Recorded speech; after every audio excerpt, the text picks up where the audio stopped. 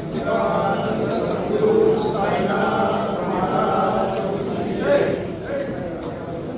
त्यानंतर डॉक्टर मुंडकर साहेबांना विनंती करतो निर्माते कैलास माने यांचा सत्कार करावा।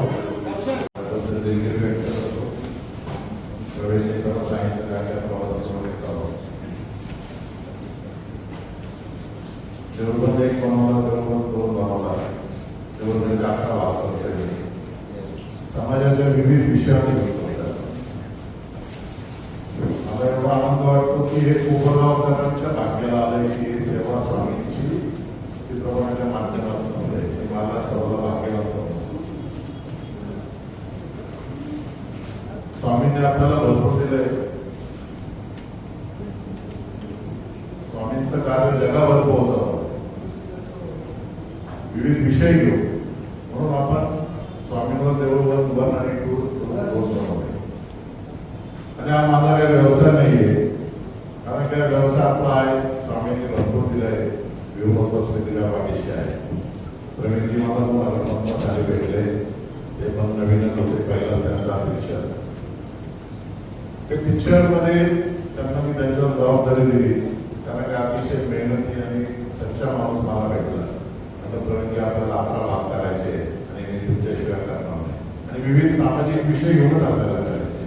त्याच्यात कुठला स्वार्थ नाही कुठला लोभ नाही कारण काही सिनेमा रिलीज होण्याच्या अगोदरच मी डिक्लेअर केला होता की याच्यातला जो काही नफा मिळाला मला मिळेल तो सगळं शेतकऱ्यांच्या मुलीच्या शिक्षणासाठी आणि मुलाच्या शिक्षणासाठी देणार आहे। कारण काय माझ्या बायकोची इच्छा होती मुलीची इच्छा होती मुलाची इच्छा होती की एखादा आत्महत्या झाली तर त्याच्या मुलाचं शिक्षण होतं मुलीचं होत नाही तर आम्ही प्रायोरिटी मुलीच्या शिक्षणासाठी देणार आहे। कारण की हा सिनेमा स्नेहस्थळे म्हणजे लेडीज ड्राईव्ह करत आहे म्हणून आम्ही हा सिनेमा लेडीजला म्हणजे लेडीजसाठी समर्पित केला आहे। म्हणजे स्त्रीच्या मागं काय परिस्थिती निर्माण होती जर कोणी त्याच्या घरात निघून गेला नसतं त्या मुलाची काय परिस्थिती मुलीचे शिक्षण थांबतं त्याच्यामध्ये त्याच्या फॅमिलीवर काय परिस्थिती निर्माण होती। आपण शिक्षण जर केलं तर ती अख्खी फॅमिली सस्टेन होती। म्हणून माझा कुठल्या भावने आणि सर्व रसिक प्रेक्षकांनी याला आम्हाला सर्वांना दाद दिली। आता 80 कोटीचा टप्पा आहे उद्या 100 हो 150 हो किती हो पण मला त्याच्यामध्ये कुठला लाभ नाही कुठला त्याच्यामध्ये इंटरेस्ट नाही। मी पहिले डिक्लेअर केलंय हे सर्व मी मुलींच्या शिक्षणासाठी मुलांच्या शिक्षणासाठी देणार आहे। धन्यवाद।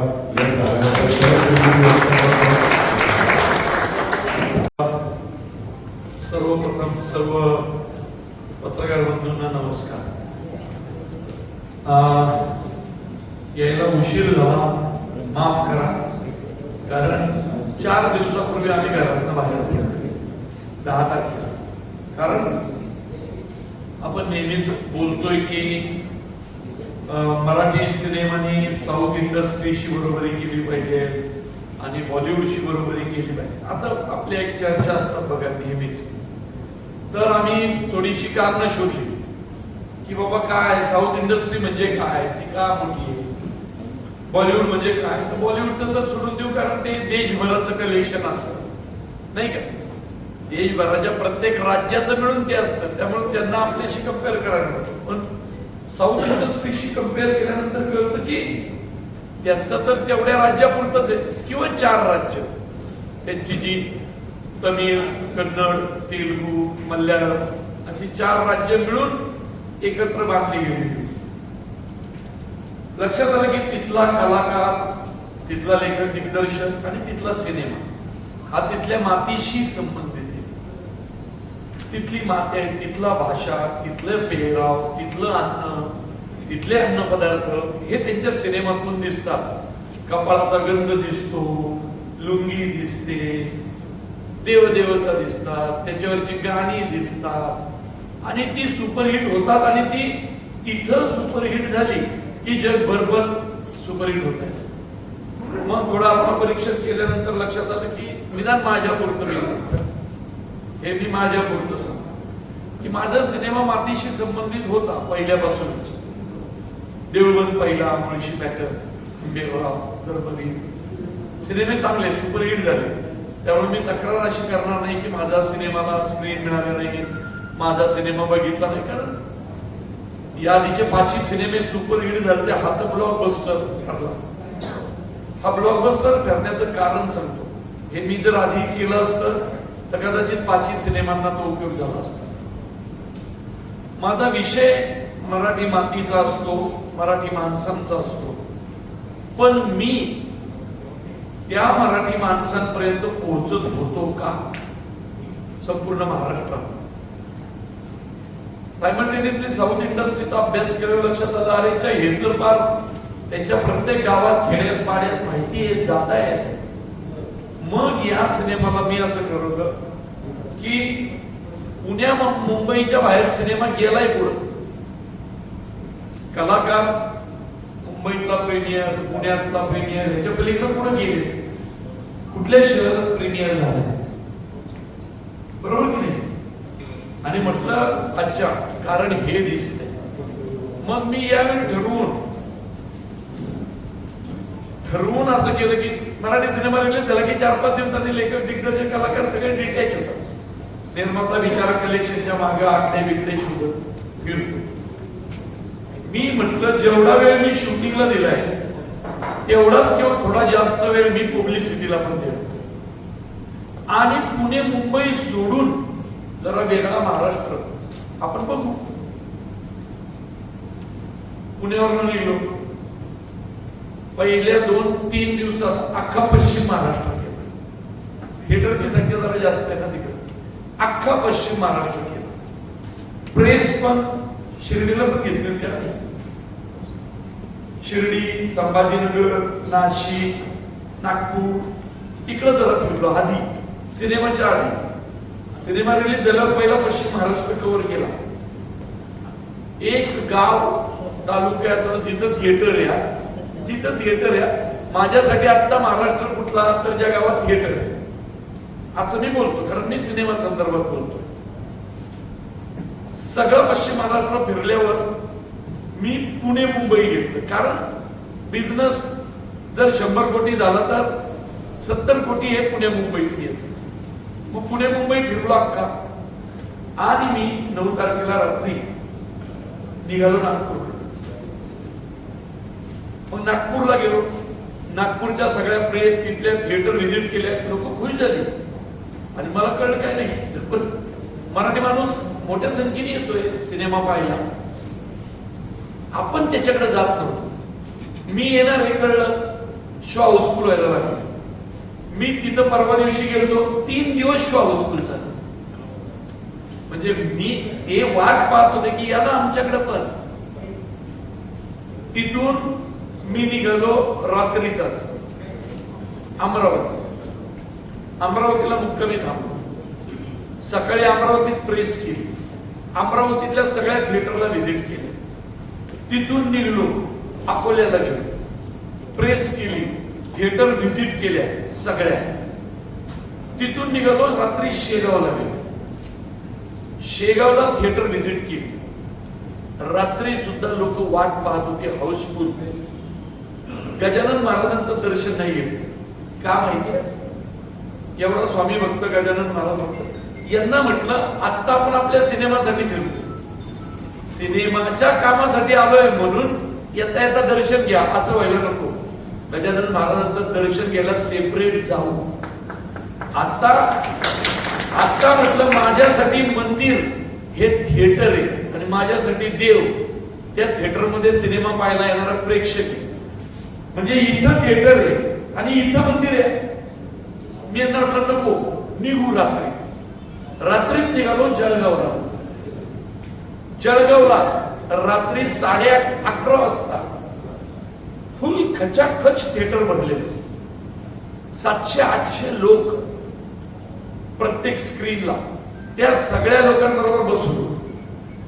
सिनेमा मी म्हटलं नाही आता इथंच थांबायचं, मग कमी आलं ना काही करायची नाही.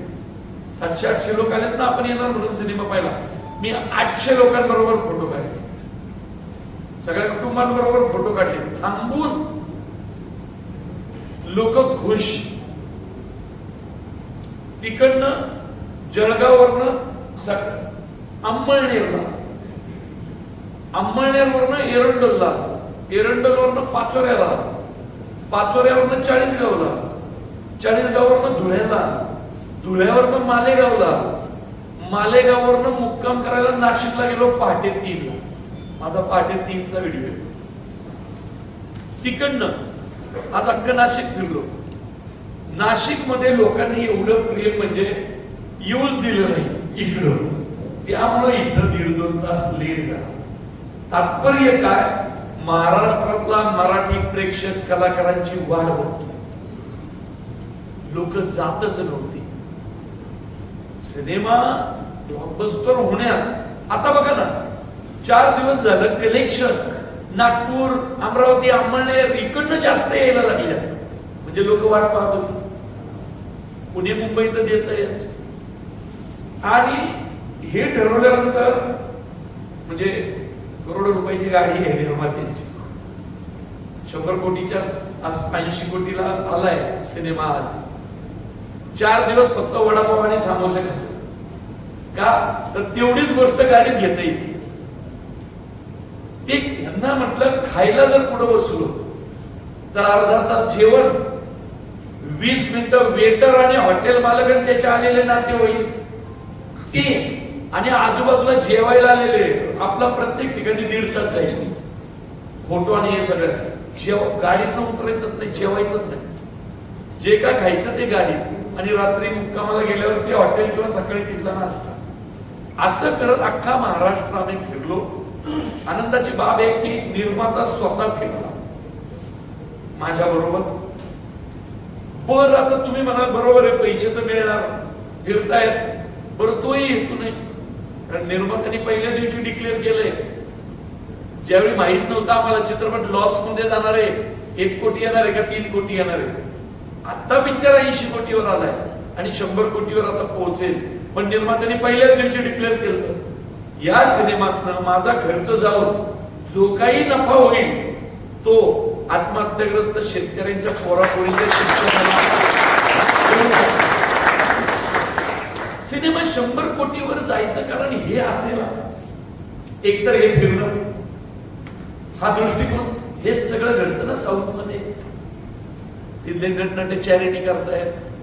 आता नटनट्याला तुम्ही बोलत नाही कारण आम्हाला नटनाट्याकडे पैसे नाही, चॅरिटी कोण करणार, आम्हाला चॅरिटीची वेळ येईल, बरोबर की नाही. पण आला ना एक निर्माता कैलास वाणी नावाचा, तो म्हटला की नाही पिक्चर शेतकऱ्यांवर गेलता ना, त्यातनं जे उत्पन्न येणार आत्महत्याग्रस्त शेतकऱ्यांच्या पोरापोरींच्या शिक्षणासाठी देऊन टाक. हेतू कदाचित ही कारण आहेत, त्या कारणांच्या आपण जवळ जाण्याचा या निमित्तानं प्रयत्न केला. आणि या सिनेमाचं यश हे तुम्ही आम्ही सेलिब्रेट केलं. एक लक्षात ठेवा, 100 कोटी झालेले 2 सिनेमे, बरोबर. आता तिसरा त्या दिशेने चाललाय. आणि एक 92 कोटीवर येऊन थांबला होता बाई पण भाई देवा.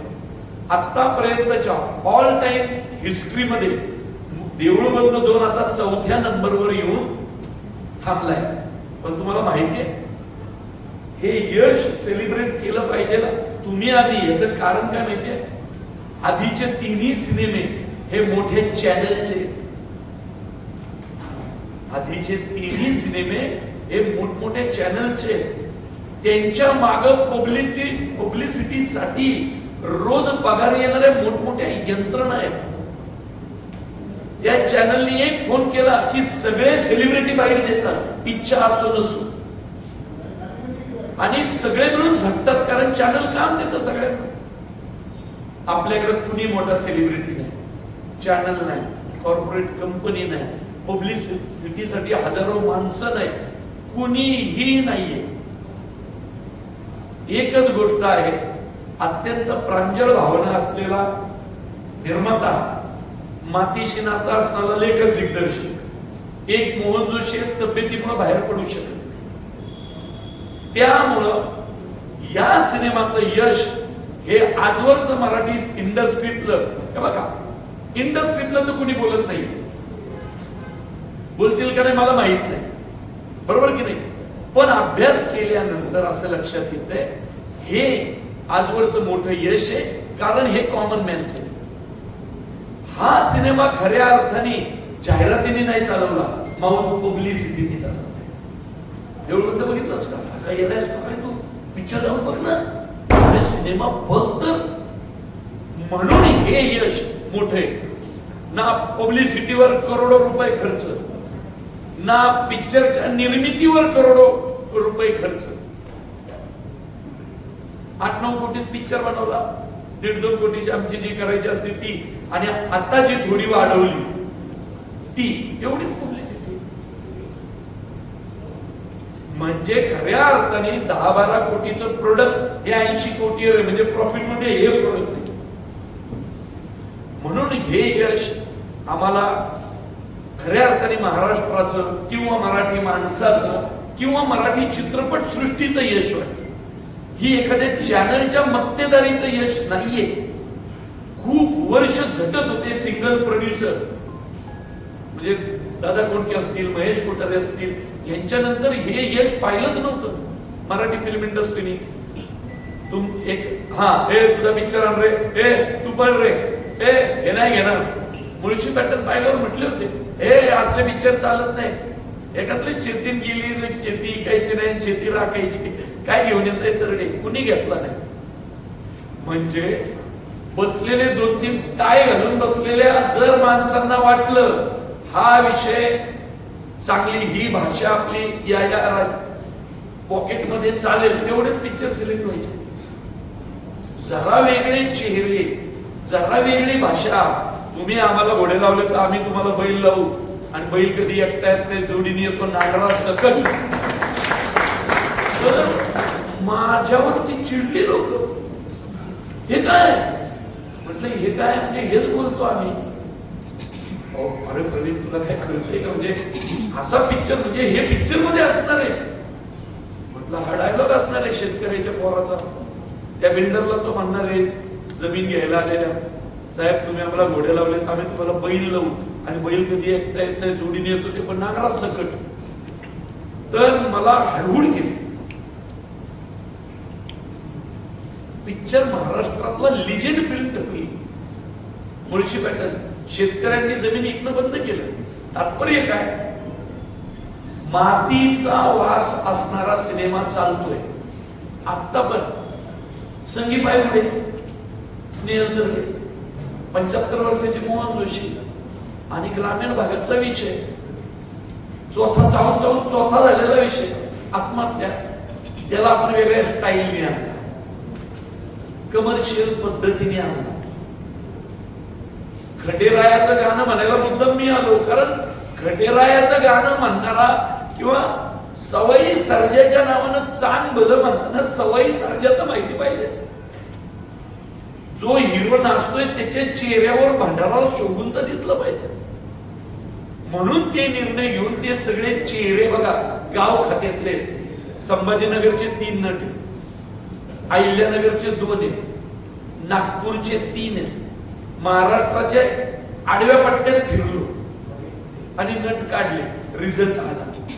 ती पोरे बघा, ज्यांनी सिनेमा पाहिला त्यांना कळेल. जी पोरे माहिती नाहीये ती कोण आहेत, सापडूच शकणार नाही तुम्हाला तो चेहरा, कारण तो ग्रामीण भागात एकांकिका स्पर्धा करतात तिथून आणलेली पोरे. तात्पर्य काय, तर देऊळ बंदच्या यशात या सगळ्या प्रवासाचा वेगळ्या पब्लिसिटीचा वाटा आहे, वेगळ्या दृष्टिकोनाचा वाटा आहे. म्हणून कदाचित विदाऊट कुठला चॅनल किंवा कॉर्पोरेट कंपनी किंवा करोड रुपयांच्या जाहिरातीच्या शिवाय सिनेमा एवढ्या घरात पोहोचला. या सिनेमाचे ब्रँड अँबॅसिडर आम्ही नाही, मोठा सेलिब्रिटी चेहरा नाही, मी स्वतःला सेलिब्रिटी समजत नाही. या सिनेमाचे ब्रँड अँबॅसिडर ठरले. एकदा सिनेमा पाहिला की त्या माणसाने 10 जणांना बळजबरीने बघायला लावलं, त्या 10 जणांनी अजून 100 जणांना लावलं. त्यामुळे या सिनेमाचे जे ब्रँड अँबॅसिडर आहेत किंवा हिरो आहे हा मराठी प्रेक्षक. धन्यवाद. कोपरगावचे, कोपरगावचा निर्माता आहे म्हणजे तुम्हाला अभिमान असला पाहिजे. तुमच्या भागातल्या निर्मात्यांनी पहिल्यांदा कोई तो मायकालाल हुआ, या फिल्म इंडस्ट्रीत कोई तो मायकालाल हुआ जो म्हटला 1 रुपया ठेवणार नाही, 100 होते नाही तर 150 कोटी होते, सगळं डोनेट करणार, आपोआप साऊथ इंडस्ट्री ते दिवस येतील.